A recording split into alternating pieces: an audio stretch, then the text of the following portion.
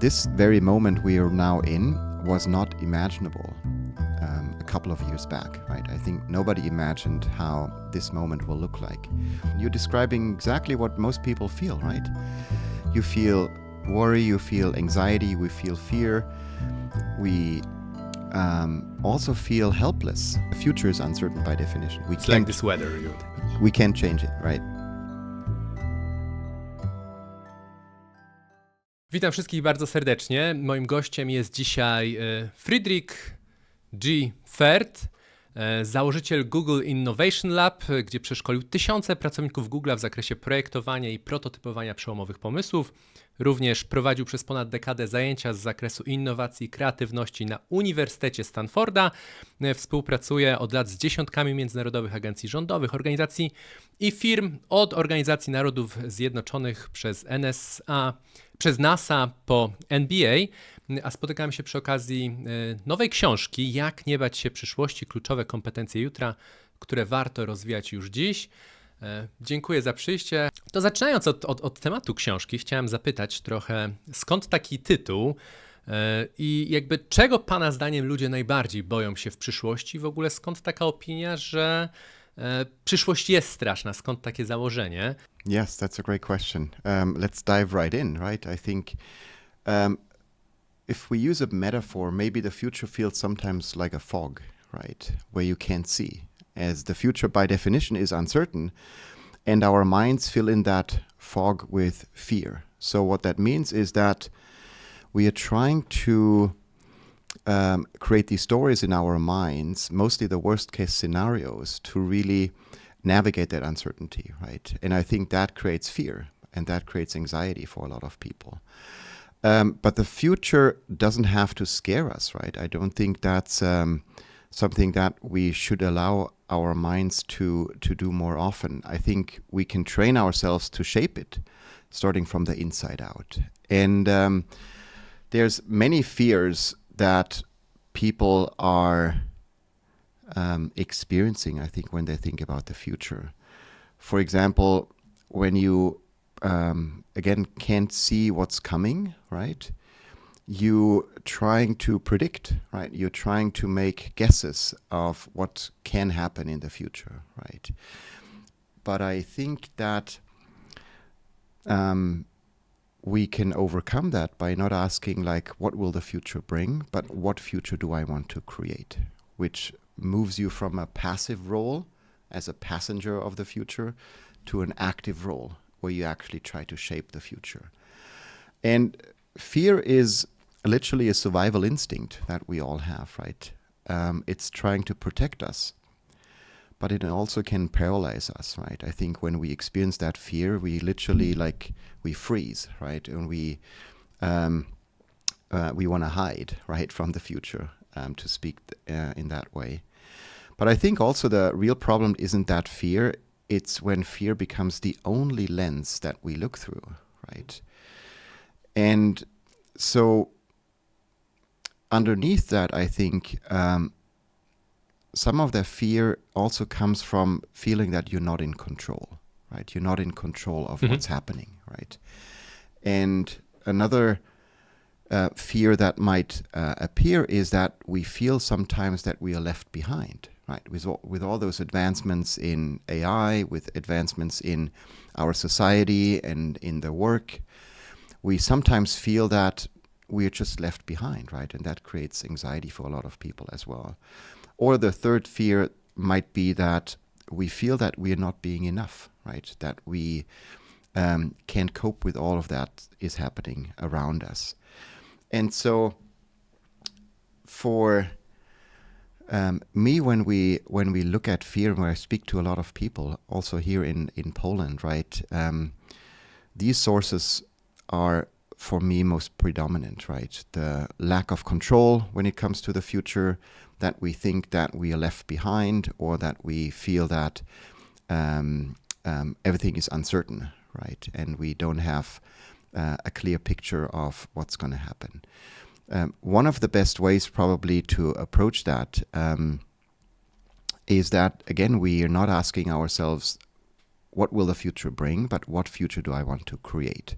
Ja bardzo ze swojej takiej psychologicznej perspektywy podoba mi się to takie podejście właśnie zmiany trochę tego postawienia siebie nie jako tylko właśnie pasywnej strony, gdzie czekamy na wynik sytuacji, a możemy się skupić, możemy jakby przystosować się do tego podejścia, że okej, jak ja bym chciał wpływać na tą przyszłość i postawić się w takiej aktywnej, podmiotowej stronie.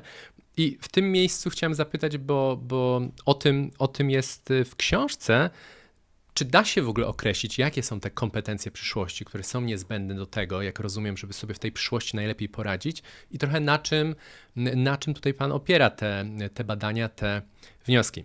Mhm. Fantastic. Yes. So I don't like predictions because most of those predictions are actually useless, right? Because it's something where we not where we try to make guesses about the future, right? What I rather do instead of predicting the future is participate in the future. And what I mean by that is asking yourself, what is in your control? What can you actually do to create the future that you want? And when I say the future that you want, for me, it really starts at the beginning with imagining your future, right? And that is very different to predicting the future, right? Because predicting the future has something to do with the trends that are out there. You're making guesses based on past experiences or economical trends or technological trends and so forth. Even the weather predictions, right, is based on past experiences, right, or past data. What I rather feel is more important is that we start from the inside. And that is imagination, imagining what future do I want to experience. And I think the most important question that we need to ask ourselves is, how do I want to feel in the future, right? Because the future is a feeling, right? Because it can make you feel excited, it can make you feel safe, it can make you feel courageous, all of those feelings, or even connected, right? And getting more clarity around how do you actually want to feel in the future. So again, the question is not what will happen, but the question is, what do I want to feel in the future? And if you really get more clear around that question, I think you're moving away from feeling lack of control of your future towards being actually in control of your future. And there's a very simple exercise people can do. And I think you're going to like that. You can basically draw two different shapes on a piece of paper, right? Or you can imagine two different shapes. They don't have to be perfect circles or squares, whatever it is, just shapes. In the left shape, you mention all these things that are concerning to you, right? It's the shape of concern. In the right shape, you basically name it the shape of creation. And the left shape, which is the shape of concern, you don't have any control over, right? I don't have control over what you're thinking, for example, right? I don't have control over how the weather is going to be tomorrow. I don't have control over what politicians decide, right? I don't have control over how the economy will evolve over the next years, right? All of those things go in the shape of concern, right? And what we then can do is we can move from the shape of concern into the shape of creation by asking ourselves, what is actually in my control? So as I don't have control over what you're thinking, I have control over how I respond to whatever you're saying. I have control over my next step or my next action, right? I have control over what I'm eating, what I'm looking at, what I'm watching, how I use my phone. All of those things are in my control, right? And that is the shape of creation. Now ask yourself, how much time do we actually spend in the left shape, which is the shape of concern, and how much time do we actually spend in the shape of creation?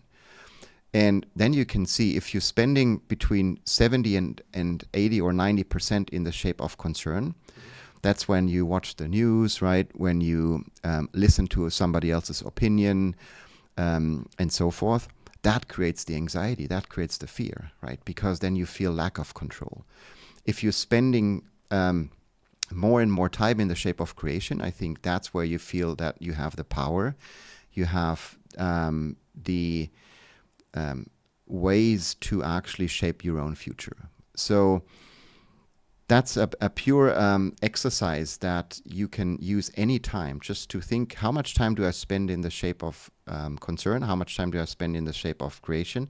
And how can I move from the left to the right? How can I move more into creation? Because that's where really you're starting to shape your own future.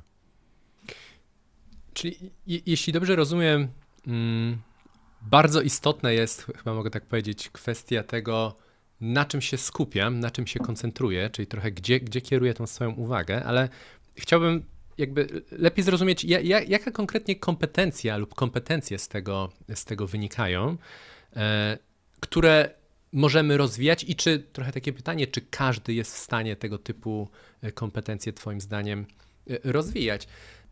Yes, great question. So again, let's go back how to overcome that fear of the future. I think that's probably like what most people want to know, right? That's what everybody interests. Like, how can I overcome that fear that I experienced, that we just discussed, that has different sources, right? And there are 3 ways that you can overcome that fear. And that is by presence, perspective, and participation. All of those start with P, so it might be interesting for the Polish people to make that bridge. But it's let me start with presence, right? Presence is when you really ground yourself in your current experience. And to do that, you can simply focus on your breath for a couple of minutes, right? By really trying to understand how you breathe in and breathe out. Or you can use your senses to say, like, what am I seeing at the moment, and name that.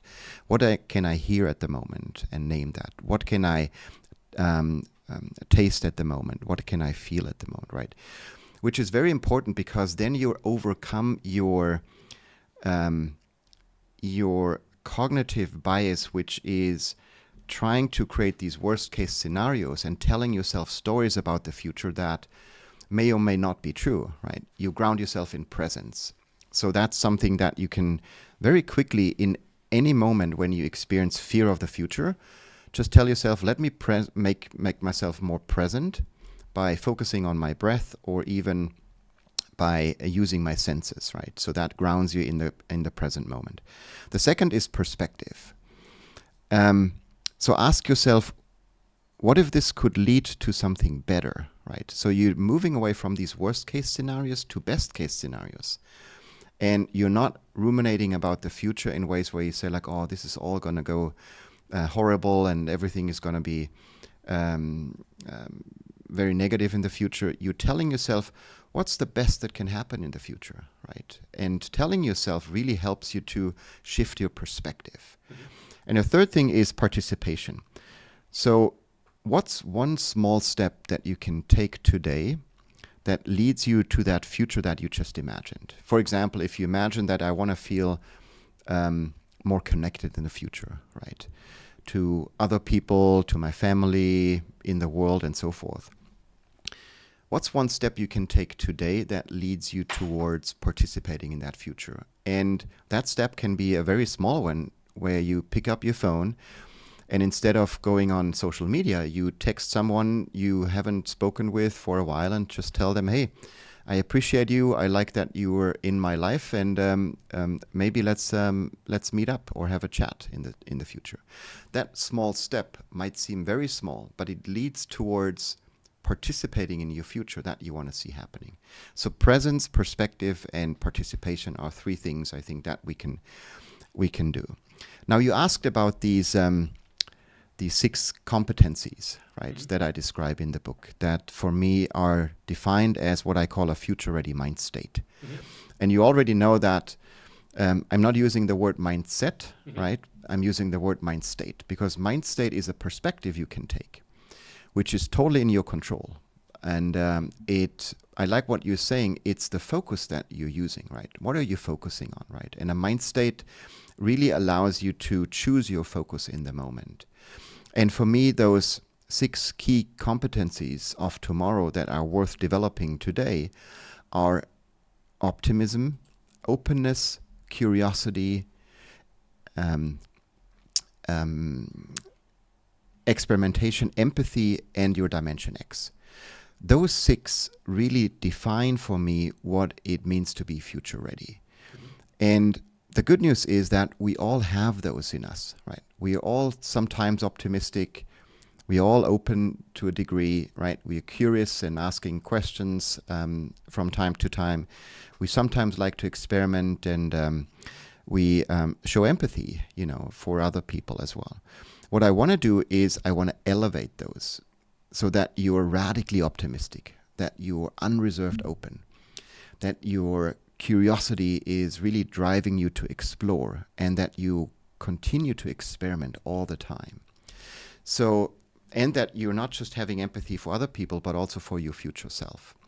So I want to elevate those dimensions, those competencies, because what I've learned in my work with leaders across the world is that whenever they live by these competencies and when they elevate those, that's where they build the future that they want to see happening. That's when you're fully in control of your future. That's where when you reduce your anxiety and your fear of the future as well. And I think that's one of the most powerful ways we can live our lives is by living optimistically, open, curious, when we like to experiment and we show empathy.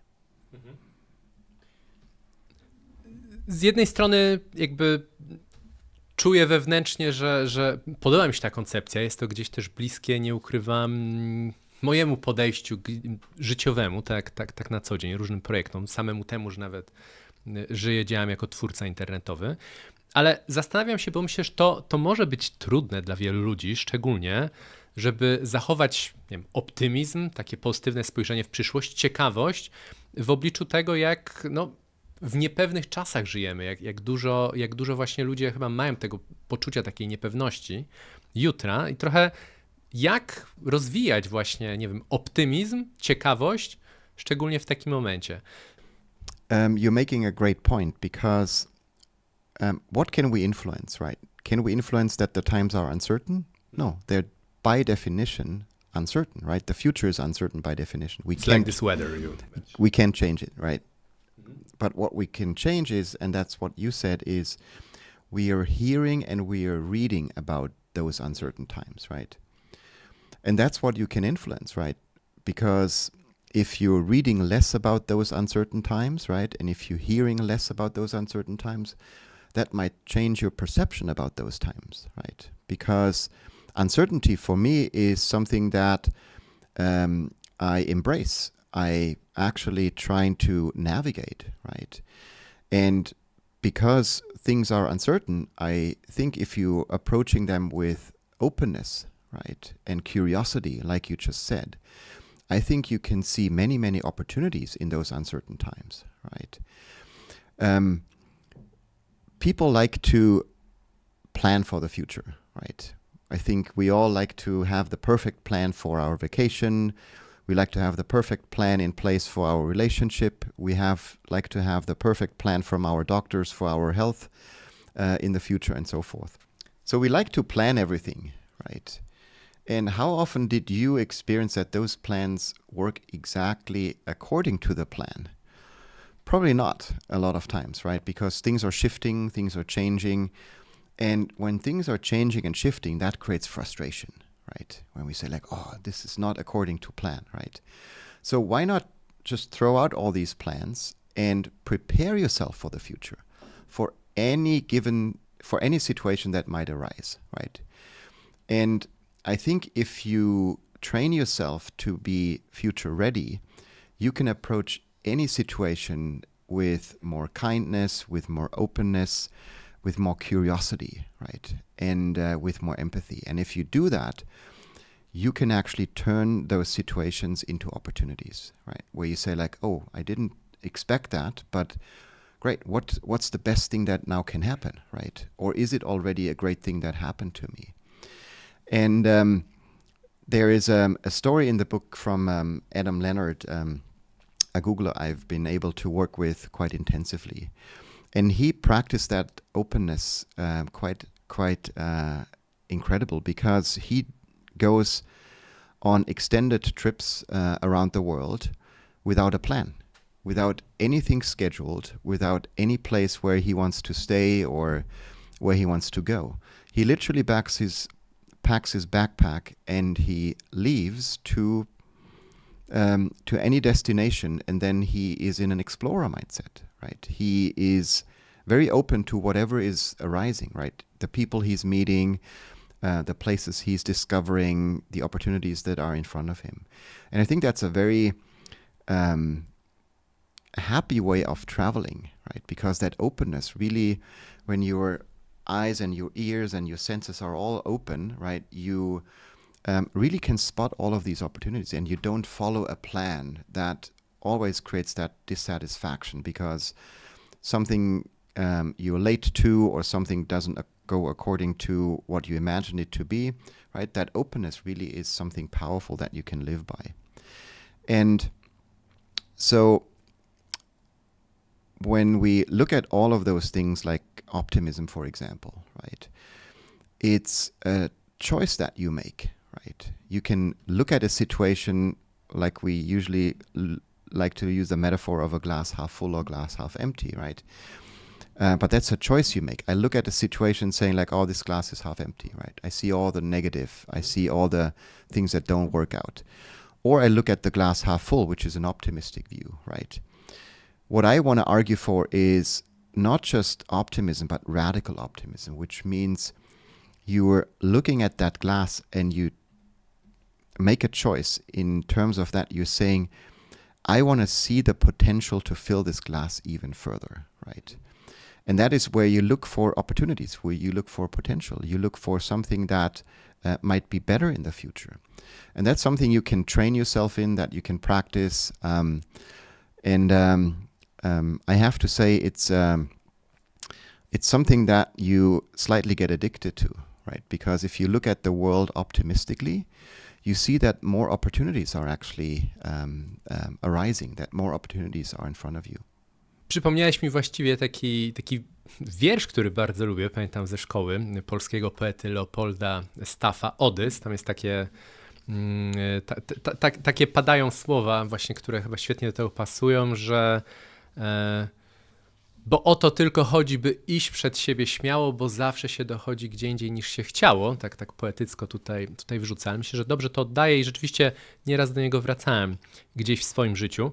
Ale wracając trochę do tej strategii, do tego, na co mamy wpływ, do tych warunków, które możemy dla siebie przygotować na lepszą przyszłość, to ja myślę, że to jest to, o czym opowiadasz, jest bardzo innym podejściem.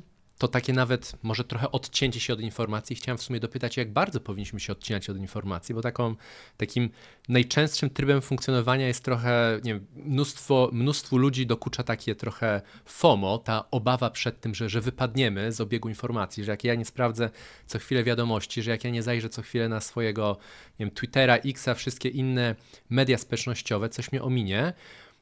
Więc trochę jestem ciekaw, czy właśnie uważasz, że w dzisiejszych czasach, żeby być lepiej przygotowanym, trochę jak ten znajomy, o którym wspominasz, który podróżował bez planu, lepiej by było z tego obiegu informacyjnego, tych mediów społecznościowych, tego strumienia informacji się wyłączyć i iść gdzieś swoją drogą? Czy dobrze rozumiem? Absolutely, yes. And I just might ask you, like, how do you feel when you watch the news, when you read social media, and when you listen to radio, whatever it is, right? When you consume information, right? Or let's say the news, right? How do you feel afterwards? Zazwyczaj gorzej, zaniepokojony, przejęty, obawiający się tego, co nadchodzi. Czasem jest to jakieś takie, nie wiem, trochę taniej dopaminy, coś śmiesznego. Yes, exactly. And you're describing exactly what most people feel, right? You feel worry, you feel anxiety, we feel fear. We also feel helpless, right? We feel that all these things are happening to us, right? And the media is very good at that, right? The media is excellent in creating that emotion for you, because what it does is it really speaks to your mind, because your mind, based on our evolution, is developed in a way that it's serving as a protection mechanism, right? It wants to protect you, right, from all the danger that is happening out there. And so your mind always wants to know more and more, what is happening around us, what are the dangers, right, the potential dangers. And so you literally get addicted to all of those stories, those news, whatever it is, because your mind is really craving for that. But what does it lead to, right? If you're in an emotional state of worrying, of feeling helpless, also feeling maybe full of hate sometimes, right? Because you're hating what is happening in the world, right? And there's many things that are devastating, right, that are happening in the world. So what does it lead to if you watch the news and if you consume that? It leads to you're feeling passive, right? Mm-hmm. You literally feel that you can't do anything, right? And that is not a good state to be in, to be honest, right? Because I think if you do something different, and that is if you imagine what is the future that I want to create, right? Is it a future that is filled with more kindness, where people feel more connected and instead of lonely, where there's less crises, where there's less war, where there's less hatred, all of those things, right? Where we live aligned with our nature, right? Where we use technology in a very healthy way, right? That's a future that I am imagining, right? Because that makes me feel good. That makes me feel excited, right? So I think we have to learn to just passively consume those news, instead try to actively imagine. And that sometimes means that we have to pause, right? To literally maybe close your eyes, right? Might seem strange, but close your eyes, take a deep breath, and then just activate your imagination and say, like, what is the future that I want to imagine for myself, right? And it doesn't have to be like a 10-year out vision. It can also be like something that I want to envision for myself or imagine for the next day, for the next 2 days, for the next 10 days, right? And then when that picture gets clearer and clearer, I think then you can decide, okay, what can I do to move towards that future? And then you're actively shaping your future maker, your future shaper, right? And that's what I want to help people to actually move towards. Moving away from these passively consumers of the future or these stories about the future to an actively shaper of the future. And I think you talked about people in Poland, right? Mm-hmm. Polish people are incredibly resilient, right? They've rebuilt, they've reinvented again and again, right? But now the challenge is different. It's not survival anymore. It's imagination. How can you imagine even a better future for the next year, 5 years, and 10 years? What is the big vision for the future, right? And what I see is that a lot of people, not just in Poland, but around the world, always wait for permission, right? They wait and say, like, I need that politics decide something so that I can move forward, right? Or I need to wait for permission from my employer, or I need to wait for permission from my partner or from my investor or whatever it is. I don't think we need to wait for permission, right? I think we need to start creating. And that is where, again, like my 6 dimensions, my key competencies come in place, because this is what we all have available to us. It's inside us. We have optimism, we have openness, curiosity, we have empathy, we have a sense of experimentation. So you already have what it takes. What's missing is a daily practice of believing in that you already are capable of creating your own future, right? And if you catch yourself the next time, or the next morning probably, going to your phone and scrolling and all the negativity, the news and the notifications that are creating that fear, just pause for a moment and feel that feeling, right, of worrying, of anxiety. And so is that the good feeling that I want to feel, or do I want to feel something else, right? And is it helping if I continue to read the news or that negativity or those notifications? I think it's not, right? You have to do something differently. So if you get up, maybe barefoot walk outside for a couple of minutes, right? Close your eyes, imagine your day ahead. How do you want to feel throughout the day? Then you're moving towards actively shaping. Ja myślę, że twoja perspektywa jest szczególnie interesująca, biorąc pod uwagę, że masz wiele lat doświadczeń w pracy, chociażby z firmą zajmującą się informacjami, dostarczaniem informacji, taką jak Google. I jestem bardzo ciekaw, jak właśnie twoje doświadczenia zawodowe z Google'a wpłynęły na tą koncepcję takiego, użyję angielskiego terminu, bo ciężko to przetłumaczyć dobrze na polski, future ready mind state. Yes. So I wrote the book. Excuse me, future ready mind state, not yes. mindset. It's automatism. Absolutely, yes. Yes, that's the correct one. Yes, maybe funny story. Yeah, when I was writing the book, I was always auto-corrected, right, from mindset or from mind state to mindset, right? And same case. It's not just with people; it's with technology, right? It's such a deeply ingrained concept, right? Mindset, which I think is fascinating because it's a very helpful one, right? But at the same time, changing mindset, evolving mindset, growing your mindset is very difficult, right? So that's why I introduced mind state. And this book really isn't about knowing the future, right? Because nobody can know the future. It's about learning how to feel less afraid of it and more ready to actually shape it. And so that's what I learned working with some of the most incredible, brightest minds in the world, right? That literally built the future, right? Some of the products that billions of people are using every day, right? I've been able to work with those people to really understand how do they think, how do they feel, how do they shape the future, right?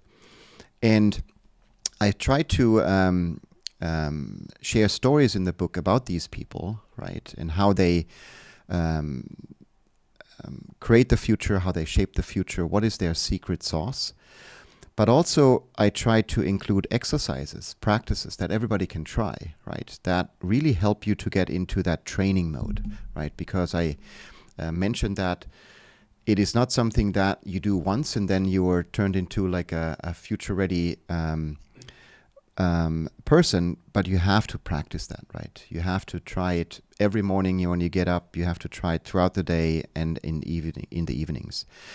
But it's not that this is like something exhausting or where you have to put in a lot of effort, right? These things can be very small shifts, even like shifts in your language, where you maybe replace the word but with and, right?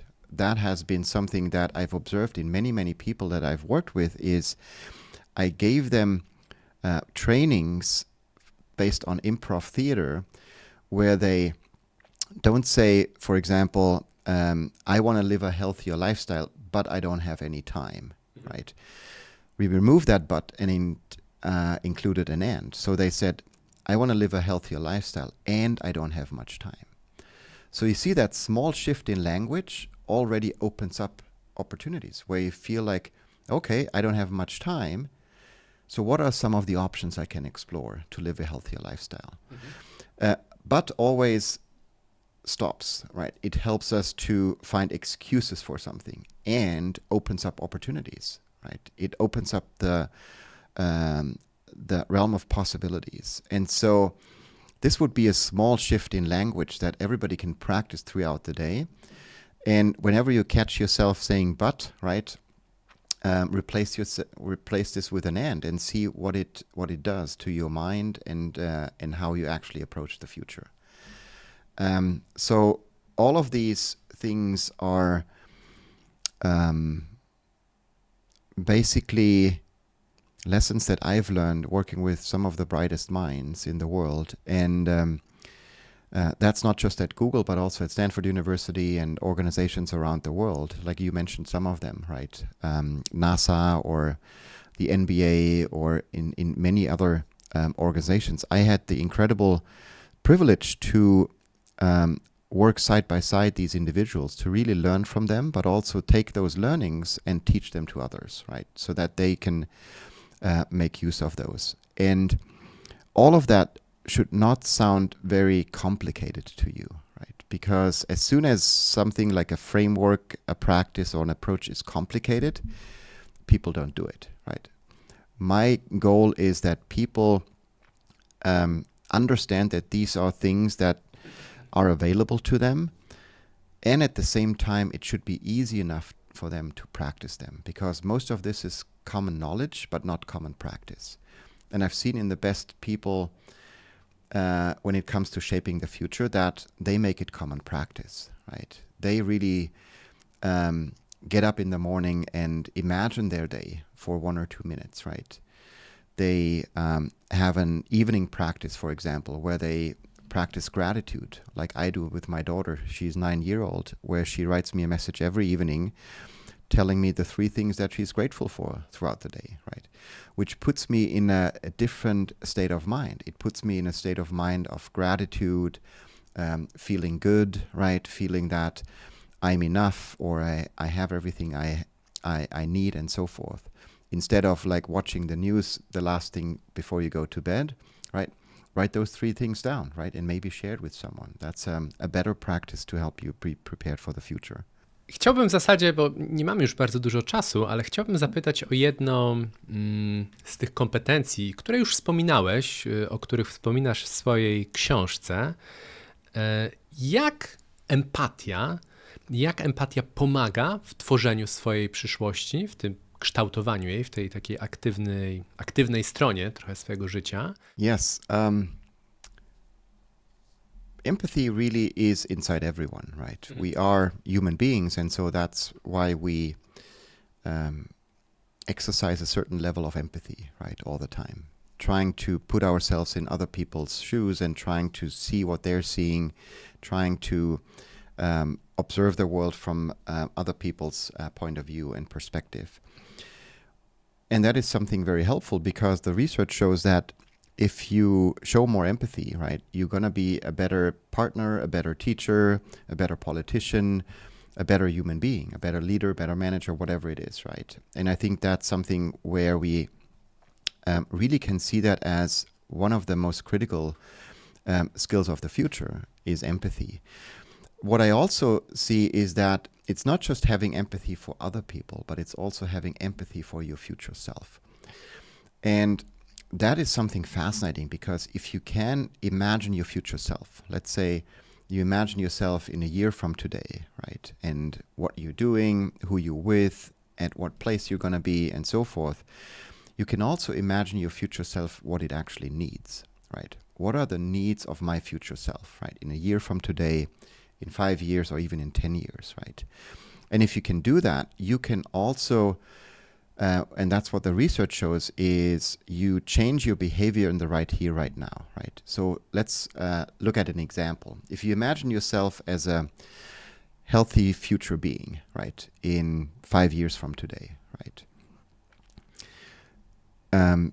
If you understand what you need in that future, right, you're going to change your behavior today. That means you're going to probably drink more water like we do. You probably choose more healthy food instead of non-healthy food, right? And that already creates the path towards that future self that you want to see happening. And so that empathy is very important, because it's something that we can practice by trying to understand more and more, and how do we actually want to live in the future? Like, who do we want to be as that future being? When we look at competencies, right, a lot of people ask me, like, so Frederick, what should I learn, right? What is something I should invest my time in, right? Most people think, oh, we should learn AI, right? We should learn technical skills, right? What I'm arguing for is there's something more important that we can learn, and that is openness, for example, right? When ChatGPT was seeing the light in the world, that was November 2022, right? It's not that technical skills would have helped you. It's the openness that allowed you to explore that tool, right? To play with it, to understand it, to test it, and so forth. So openness is something that we can practice and get better at. or experimentation, right? As an approach where you said like, okay, pandemic was approaching 2020. I think it was March 16th, 2019. 19, yes. 2019, exactly. So 20, sorry. Yeah. or 2020, yes. So experimentation, if you are seeing a high level of experimentation in your future ready mind state, that means that you were very comfortable in that situation when everything changes around you, moving from maybe work in the office to an home office, right? Because then you experimented with your home office and you like felt very comfortable of doing that. So I don't think we need more technical skills in the future. We need a future ready mind state. And that means, again, optimism, openness, curiosity, which means asking better questions, experimentation, and empathy. Those for me are really the key competencies of tomorrow that are worth developing today. Podoba mi się bardzo takie podejście i tak zastanawiam się trochę, kończąc, podsumowując, może takim ćwiczeniem dla wyobraźni, takim pytaniem, jakby jaką twoim zdaniem radę, tacy my z przyszłości, powinniśmy dać sobie tutaj, dzisiaj, w teraźniejszości? Yes. As a future being, maybe in like 10-15 years, what is the advice they would give us for right now, right?